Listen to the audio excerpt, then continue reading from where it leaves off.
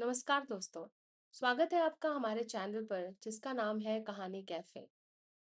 नाम से आपको समझ में तो आ ही गया होगा कि एक ऐसा चैनल होगा जहाँ पे आपको शायद कहानियाँ सुनने को मिलेंगी। हाँ, ठीक है, कहानियाँ ही सुनाने वाली हूँ मैं आपको। पर यहाँ पर मैंने कुछ उन चुनिंदा कहानियों को रखा है जो पुराने साहित्यकार, हमारे महान साहित्यकार जिन्होंने उपन्यास लिखे और जिनके बारे में हमने सुना तो है लेकिन कभी शायद टाइम नहीं मिला पढ़ने के लिए, या कभी इतना किसी ने रुचि दिखाई नहीं। मैंने पढ़ी, मुझे लगा कि इस उपन्यास को पढ़ने के बाद इसके बारे में लोगों को बताना चाहिए, जिन्होंने सिर्फ सुना है और पता नहीं है इस उपन्यास में क्या है, उसके बारे में आपको एक बार अवगत कराना और आपको परिचित कराना बहुत ज़रूरी है। क्योंकि ये ऐसे ओल्ड इज़ गोल्ड टाइप नगीने हैं जिनको हम भूल चुके हैं। और हम सबको पता है कि सोने को, गोल्ड को हमेशा तराशने की ज़रूरत होती है उसकी चमक के लिए। तो क्यों ना एक बार ये कोशिश की जाए, तराशा जाए उन्हें फिर से। तो इस बार दोस्तों मैंने चुना है मुंशी प्रेमचंद जी का गबन, जिसके बारे में मैं आपको बताना चाहूँगी, और कुछ थोड़े-थोड़े पार्ट्स में मैं आपको इस पूरे उपन्यास के बारे में बताऊँगी। थोड़ा टाइम देंगे आप, और अगर ये मनोरंजन भी हो आपका होगा इससे, ये मनोरंजक भी है और आपको बहुत कुछ सिखा के भी जाएगा। ज़िंदगी के बारे में, आपके ज़िंदगी के उतार-चढ़ाव के बारे में, कुछ ऐसी चीज़ें जो शायद हम मिस कर जाते हैं अपनी लाइफ में, यहाँ पे हमें वो देखने को मिलेगी। तो आज हम शुरू करने जा रहे हैं एक ऐसे उपन्यास की बात जो 100 साल पहले लिखा गया था, लेकिन आज भी उतना ही सच लगता है जितना तब था, जिसका नाम है गबन। मुंशी प्रेमचंद जी का नाम तो आप सब लोगों ने सुना ही होगा। तो इस उपन्यास में एक आदमी है जो अपने पत्नी से बेपनाह प्यार करता है। हर कोई करता है, कुछ लोगों को छोड़कर।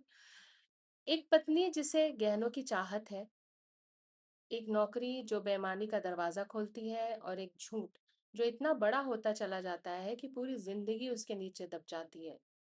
यह कहानी में रामानाथ और जालपा की है। ये कहानी है लालच की, प्यार की, कमजोरी की और उस गलती की जो एक पल में होती है लेकिन जिसकी कीमत रामानाथ को पूरी जिंदगी चुकानी पड़ती है। तो चलिए शुरू करते हैं।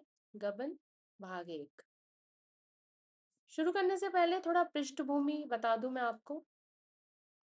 हमारे जो रचयिता हैं मुंशी प्रेमचंद जी, उनके बारे में समझना पहले बहुत जरूरी है कि कहानी किसने लिखी है और क्यों लिखी है। इनका असली नाम था धनपत राय श्रीवास्तव। हिंदी और उर्दू के सबसे बड़े कथाकारों में से एक माने जाते हैं। इनका जन्म 1880 में वाराणसी के पास एक छोटे से गांव लम्ही में हुआ था, और उन्होंने अपनी पूरी जिंदगी में गरीबी, संघर्ष और समाज की कड़वी सच्चाइयां देखी। इसलिए उनके उपन्यास और कहानियों में वो दर्द झलकता है जो केवल एक भोगा हुआ इंसान ही लिख सकता है।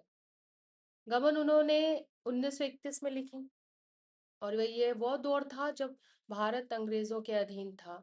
देश में आजादी की लड़ाई तेज हो रही थी और मध्यम वर्गीय परिवार आर्थिक तंगी में जी रहे थे। उस समय दहेज प्रथा भी बहुत मजबूत थी। लड़कियों की पहचान उनके गहनों से होती थी। शादी में जितने ज्यादा गहने उतनी ज्यादा इज्जत, और इस इज्जत के चक्कर में कितने घर बर्बाद होते थे। यही प्रेमचंद दिखाना चाहते थे। हालांकि मुझे लगता है अभी भी यही प्रथा चल रही है। गबन का अर्थ है किसी भी धनराशि या संपत्ति का गलत इस्तेमाल करना। अंग्रेजी में इसे एम्बेजलमेंट कहते हैं। यही इस पूरे उपन्यास का केंद्रीय विषय है, या हम कहें सेंटर ऑफ अट्रैक्शन है। तो अब हम आते हैं पात्र परिचय पर, जहां हम पात्रों के बारे में आपको बताएंगे जिससे कि आप उससे एक संबंध स्थापित कर सकें। तो ये मुख्य पात्रों से आपका परिचय करा देते हैं। पहला पात्र है रमानाथ। इस कहानी के नायक हैं ये। एक मध्यम वर्गीय युवक, ईमानदार, नेक दिल, लेकिन कमजोर इरादों वाला, जो अपनी पत्नी को खुश रखने के लिए कुछ भी कर सकता है, यहाँ तक कि गबन भी। दूसरी है जालपा, रामानाथ की पत्नी। सुंदर, भावुक और गहनों की शौकीन, जो मुझे लगता है सारी स्त्रियां होती ही हैं, कुछ नई बात नहीं है। खासकर उन्हें चंद्रहार की दिली तमन्ना है। एक खास हार जो उनकी माँ के पास था लेकिन शादी से पहले बिक गया था। तो जालपा का यह सपना पूरी कहानी की जड़ में है। तीसरे है रमानाथ के पिता और माँ। मध्यवर्गीय परिवार, सीमित कमाई। बेटे की शादी में जो गहने दिए उसमें चंद्रहार नहीं था। और यही से कहानी शुरू होती है। और कुछ और पात्र हैं जो कहानी के आगे कहानियों में आएंगे। जोहरा, देवदीन और बाकी और। तो पहले शुरुआत होता है सीन का, शादी और चंद्रहार का सपना, ये इसका चैप्टर शुरू होता है। कहानी शुरू होती है एक शादी से। रामानाथ की जालपा से शादी होती है, दोनों एक दूसरे को बहुत पसंद करते हैं। घर में खुशी का माहौल है, लेकिन शादी की पहली रात जब जालपा अपने गहने देखती है तो उसके चेहरे पर एक उदासी आ जाती है। वो चंद्रहार ढूंढती है, वो हार जो उसकी माँ के पास था, वो हार जिसे उसने बचपन से ही अपनी माँ के गले में देखा था और सोचा था कि शादी पर मैं यही पहनूंगी। लेकिन चंद्रहार तो है ही नहीं। रमानाथ यह देखता है, वो समझता है कि जालपा के मन में क्या चल रहा है, और उसी पल उसके मन में एक बेचैनी घर कर लेती है कि मुझे जालपा के लिए चंद्रहार लाना है, चाहे कुछ भी हो जाए। यह प्रेम है, गहरा सच्चा प्रेम। लेकिन यही प्रेम आगे चलकर उसकी सबसे बड़ी कमजोरी बन जाएगा। प्रेमचंद यहाँ बहुत गहरी बात कर रहे हैं। वो कह रहे हैं कि गलत रास्ते पर पहला कदम हमेशा किसी बुरे इरादे से नहीं उठाया जाता। कभी कभी वो प्यार से उठाया जाता है और इसीलिए वो ज्यादा खतरनाक होता है। फिर आते हैं हम कर्ज के जाल पर। ये एक ऐसा माया जाल है, अगर कहा जाए तो। आज के इस आधुनिक युग में भी हम क्रेडिट कार्ड और उधारी के जाल में ऐसा फंस जाते हैं जो एक विशिष्ट सर्कल की तरह हमें घेर लेता है। उससे हम जल्दी निकल नहीं पाते क्योंकि हमारी उम्मीदें बढ़ रही हैं, हमारी इच्छाएं बढ़ रही हैं, और उनको उनको पाने के लिए या उनको खत्म करने के लिए हमें तरह तरह के लोन्स की, ईएमआई की जरूरत होती है। और ये पूरी कैसे होगी? क्रेडिट कार्ड के थ्रू। अच्छा, पहले के जमाने में क्रेडिट कार्ड और लोन्स और ईएमआईज नहीं होते थे, पर वहां पर भी लोगों की इच्छाएं तो होती थी। तो कुछ लोग सोना खरीदते थे, स्वर्णकार के पास जाके कुछ गिरवी रखाते थे। कुछ उस सोने का सामान लेने के बाद उसको थोड़ा थोड़ा करके चुकाते थे, जैसे कि अभी हम कर रहे हैं, जिसको हम नाम दे रहे हैं ना मॉडर्न युग, ईएमआई। अभी भी विश्व सर्कल है, पहले भी वही था। एक बार आप उसमें फंसते चले जाओ तो धीरे धीरे करके आपको पता लगता है कि आप उसमें धंसते चले गए हैं। फंसते हैं पहले, धंसते हैं बाद में, और वो धंसते ही चले जाते हैं। तो यहाँ कर्ज का जाल शुरू होने वाला था रमानाथ के लिए। रमानाथ के पास पैसे नहीं है, उसके पिता की आमदनी बहुत सीमित है, लेकिन जालपा की खुशी उसके लिए सब कुछ है। और रमानाथ उस वक्त कुछ करता भी नहीं था, ना उसकी कोई आमदनी थी। तो वो शुरू करता है उधार लेना, पहले थोड़ा, फिर थोड़ा, और साहूकार के पास जाता है, दोस्तों से मांगता है। हर बार सोचता है बस एक बार फिर चुका दूंगा, जैसे कि हमें लगता है। हम हर बार नया सामान खरीदते हैं, फिर लगता है ईएमआई खत्म हो गई है, होने वाली है, फिर दूसरा ले लेते हैं। फिर लगता है कि अरे चुका देंगे, वो तो चुका ही दिया था, ये भी चुका देंगे, और यही करते करते हम उसमें धीरे धीरे करके विश्व सर्कल में फंसते चले जाते हैं। जालपा को नए गहने मिलते हैं, उसके चेहरे पर मुस्कुराहट आती है, रमानाथ भी खुश होता है, लेकिन पीछे से कर्ज बढ़ता जाता है। ब्याज लगता है और रमानाथ का दिल भारी होता जाता है। दोस्तों, ये एक ऐसा जाल है जो आज भी उतना ही आम है, जैसा कि मैंने पहले भी कहा। ईएमआई का बोझ, क्रेडिट कार्ड का कर्ज, दिखावे के लिए खर्च, और फिर धीरे धीरे उसी में डूब जाना। प्रेमचंद ने 1931 में लिखा था, लेकिन यह आज के जमाने पर नहीं लागू होता? बिल्कुल होता है। नगर पालिका की नौकरी। अच्छा, अब क्या हुआ? रमानाथ को नगर पालिका में नौकरी मिल गई। तो इसी दौरान उसको एक सरकारी नौकरी अच्छी खासी मिल जाती है इलाहाबाद नगर पालिका में।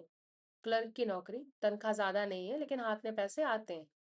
लेकिन तनख्वाह से कर्ज नहीं चुकाया जा सकता, ब्याज बढ़ता जा रहा है, साहूकार तकाजा करने लगे हैं, और अब रामानाथ के सामने एक रास्ता दिखता है, नगर पालिका का पैसा। आप समझ रहे हैं? वो काउंटर पर बैठता है, लोग पैसा जमा करने आते हैं, वो पैसे उसके हाथ से गुजरते हैं, और एक दिन रामानाथ के दिल में एक कुविचार आता है, करप्शन का। बस एक बार उसने ये सोचा कि बस एक बार थोड़े से पैसे निकाल लेता हूँ, तनख्वाह आने पर वापस रख दूंगा, कोई नुकसान नहीं होगा। जो हर एक, मुझे लगता है ह्यूमन नेचर है, उसको लगा होगा कि भर देता हूँ ईएमआई, फिर धीरे धीरे उसको चुका दूंगा। ज्यादा कोई नुकसान हो किसी को पता नहीं चलेगा। पर यह वो पल है जिस पल की तरफ पूरी कहानी आ रही थी। यह पल छोटा लगता है, बस एक फैसला, बस एक बार, लेकिन यही तो पहला कदम है जो रामानाथ को बर्बादी की राह पर ले जाएगा। तो ये हुआ रामानाथ का पहला गबन। क्या हुआ फिर? रामानाथ पहली बार गबन करता है। थोड़े से पैसे नगर पालिका के खाते से अपनी जेब जेब में। वो उस रात घर जाता है, जालपा को गहना दिलाता है, जालपा मुस्कुराती है, रामानाथ का दिल भारी है, लेकिन वो खुद को समझाता है, बस एक बार, फिर कभी नहीं। लेकिन एक बार नहीं होता। अगली बार फिर पैसे की जरूरत पड़ती है, अगली बार फिर वही रास्ता सामने होता है, और धीरे धीरे यह एक बार की बात एक आदत सी बन जाती है रामानाथ के लिए। गबन की रकम बढ़ती चली जाती है, रमानाथ का दिल और भारी होता जाता है, रातों को नींद नहीं आती, हर सुबह डर लगता है, लेकिन रुकना नहीं हो पाता। फिर डर और झूठ का घर शुरू होता है। दोस्तों, प्रेमचंद इस हिस्से से बहुत बारीकी से रमानाथ के मन का चित्रण करते हैं। रमानाथ अब दो जिंदगियां जी रहा है। घर में एक प्यारा पति जो जालपा की हर इच्छा पूरी करता है, दफ्तर में एक डरा हुआ इंसान जो हर रोज सोचता है कि आज पकड़ा तो नहीं जाऊंगा। एक झूठ को छुपाने के लिए 10 झूठ बोलने पड़ते हैं, ये बिल्कुल सही बात है। यहाँ भी वही हो रहा था, एक गलती को ढकने के लिए गलतियां करनी पड़ती हैं, यही होता है, यही हमेशा होता आया है। जालपा को कुछ नहीं पता, वो खुश है, उसके पास गहने हैं, उसका पति उससे प्यार करता है, एक औरत को और क्या चाहिए। लेकिन वो नहीं चाहती कि उसकी खुशी की नींव एक अपराध पर टिकी है। और यही इस कहानी का सबसे दर्दनाक बात है। प्रेमचंद क्या कहना चाहते हैं इसके बारे में आप मैं आपको बताती हूँ। इसमें संदेश दे रहे हैं प्रेमचंद। दोस्तों, गबन के इस पहले हिस्से में प्रेमचंद हमें कई जरूरी बातें सिखाते हैं, जैसे कि पहली बात, गलत रास्ते की शुरुआत अक्सर अच्छे इरादों से होती है। रमानाथ बुरा आदमी बिल्कुल भी नहीं है, कतई नहीं। वो बस अपनी पत्नी को खुश देखना चाहता है, लेकिन यही चाहत उसे ऐसे मोड़ पर ले आती है जहां वो गलत फैसला ले लेता है। दूसरी बात, समाज और परिवार का दबाव इंसान को कमजोर बनाता है। दहेज में गहने देने की परंपरा, इज्जत का बोझ और लोग क्या कहेंगे, यह सब मिलकर रवानाथ जैसे लाखों लोगों को एक गलत कदम उठाने पर मजबूर करते हैं। तीसरी बात, एक झूठ पूरी जिंदगी बर्बाद कर सकता है। जो काम रमानाथ ने एक बार के इरादे से किया, वो उसकी पूरी जिंदगी पर भारी पड़ता है। और चौथी बात, प्रेमचंद यहाँ स्त्री को दोषी नहीं ठहरा रहे हैं। जालपा गहने चाहती है, ये उसकी गलती नहीं है। उसे इस समाज ने ऐसा बनाया है जिसमें एक स्त्री की कीमत उसके गहनों से ही आंकी जाती है। अब भाग एक का अंत होने वाला है। तो दोस्तों, यह था गबन का पहला भाग। अभी तक रमानाथ ने गबन किया है, कर्ज बढ़ता जा रहा है, दफ्तर में ऑडिट होने वाला है, और रमानाथ को डर है कि अब सामने सब आ जाएगा, तो वो क्या करेगा? भागेगा। और जब रमानाथ भागेगा तो जालपा तो अकेली रह जाएगी।